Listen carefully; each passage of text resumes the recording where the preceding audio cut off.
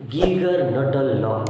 इससे पहले मैंने बताया है gamos theory of alpha decay कि सिर्फ अल्फा पार्टिकल्स ही डीके प्रोसेस क्यों करते हैं भाई। दूसरा, जो बिग साइज के न्यूक्लियस होते हैं वही सिर्फ इमिशन क्यों करते हैं, छोटा साइज का न्यूक्लियस क्यों नहीं करते हैं, मीडियम साइज के न्यूक्लियस अल्फा पार्टिकल्स को इमिट क्यों नहीं करते हैं, डिसइंटीग्रेशन इमिशन उसमें क्यों नहीं होता है। तो इस वीडियो को देखने से पहले आप उसको देख लें जिसका डिस्क्रिप्शन में लिंक आपको मिल जाएगा और आप आसानी से इसको समझ सकते हैं। ठीक है। हांस गीगर और जॉन नटल नाम के दो साइंटिस्ट थे। वैसे हांस गीगर और जॉन नटल दोनों रदरफोर्ड लेबोरेटरी में रहते थे, वहीं पर रिसर्च किया करते थे। उनको एक चीज़ पता चला न्यूक्लियर फिजिक्स में हांस गीगर साहब ने पहले भी गीगर मूलर काउंटर का रिसर्च किया हुआ था, और जब ये बात आई तो उन्होंने न्यूक्लियर फिजिक्स में और भी ज़्यादा रिसर्च करने स्टार्ट किए। उनके साथ एक स्टूडेंट थे उस लेबोरेटरी में, उनका नाम था जॉन नटल। ठीक है। तो उसमें हुआ क्या, उसमें उन्होंने एक चीज़ देखे कि जब हम लोग क्या करते हैं, जो अल्फा पार्टिकल इमिट कर रहा है, जो अल्फा पार्टिकल क्या हो रहे हैं, इमिट्स कर रहे हैं किसी भी इलेक्ट्रॉन्स, किसी भी न्यूक्लियस से। ठीक है। जो अल्फा पार्टिकल किसी भी रेडियो एक्टिव न्यूक्लियस से इमिट कर रहे हैं तो उनका जो डीके कांस्टेंट होगा, डीके कांस्टेंट लैम्डा, उनके और जो nuclear particles decay constant lambda, और जब न्यूक्लियर पार्टिकल इमिट कर जाते हैं तब किसी भी मटेरियल मीडियम में जितना डिस्टेंस ट्रेवल करते हैं उनके बीच में एक लीनियरली रिलेशन निकाल लिए। क्या था वो रिलेशन, ये समझना बहुत जरूरी माना जाता है कि वो रिलेशन आखिर में क्या था। हांस गीगर और जॉन नटल दोनों ने मिल करके एक्सपेरिमेंट के आधार पर एक ग्राफ ड्रॉ किए जिसमें क्या यूरेनियम, थोरियम और एक्टिनियम सीरीज को आप फिगर में देख पा रहे हैं। ठीक है। इन्होंने क्या किया, देखा कि इनका जो ग्राफ जा रहा है वो लीनियरली जा रहा है, इसका मतलब ये पॉलिनोमियल नहीं होगा और इन दोनों के बीच में स्क्वायर का रिलेशन नहीं होगा। मतलब जो अल्फा पार्टिकल्स क्या हो गए, रिलीज हो गए हैं, जो अल्फा पार्टिकल क्या हो गए, रिलीज हो गए वहाँ से, जो अल्फा पार्टिकल्स इमिट कर गए हैं, उस इमिट करने के बाद जितना डिस्टेंस ट्रेवल करती है उसकी एनर्जी जीरो होने तक उसको रेंज कहते हैं, और जो डीके कांस्टेंट होता है उसको लैम्डा से रिप्रेजेंट करते हैं। तो इस लैम्डा और आर के बीच में एक रिलेशन को खोजने लगे।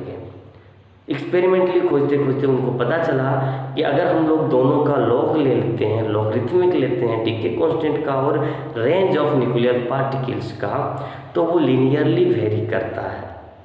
तो उन्होंने वहाँ से एक मैथमेटिकल फॉर्मूला लिए, log lambda equal to A plus B log R. ठीक है। और उनके अनुसार से क्या होता था ये देखिए, it state that for an alpha emitting radio active substance, किसी भी alpha emitting radio active substance के लिए लॉगरिथमिक ऑफ डीके कांस्टेंट, मतलब लॉग जो लेंगे डीके कांस्टेंट का, डीके कांस्टेंट एंड लॉगरिथमिक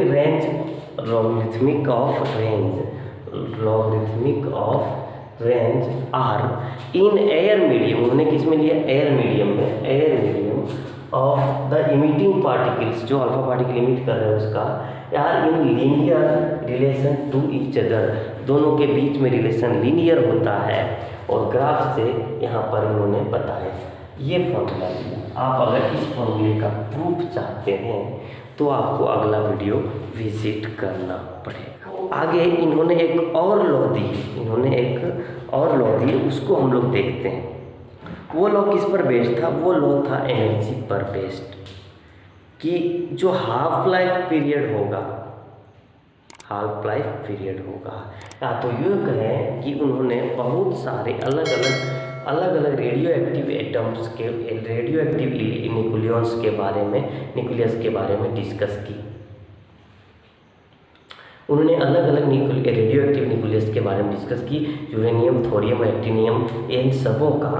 तो उनको क्या मिला, उनको मिला कि जिस भी एटम के अल्फा पार्टिकल्स का एनर्जी ज़्यादा होता है उनका हाफ लाइफ पीरियड कम होता है, और वहाँ से भी एक रिलेशन ड्रॉ हुआ, वो हम अभी बताने वाले हैं। ठीक है, इसको नोट करना। एनर्जी, ये गीगा नट्टल लॉ का दूसरा स्टेटमेंट आप समझ लीजिए। ठीक है, उन्होंने ये भी बताया था कि लॉग जो होगा टी हाफ का वो इक्वल होगा किसके, तो वो इक्वल होगा, या तो यहाँ से समझिए ना कि the half life period of alpha particle is inversely proportional to square root of the energy, square root of the energy. तो इसका जो रिलेशन आता है वो आता है ए प्लस बी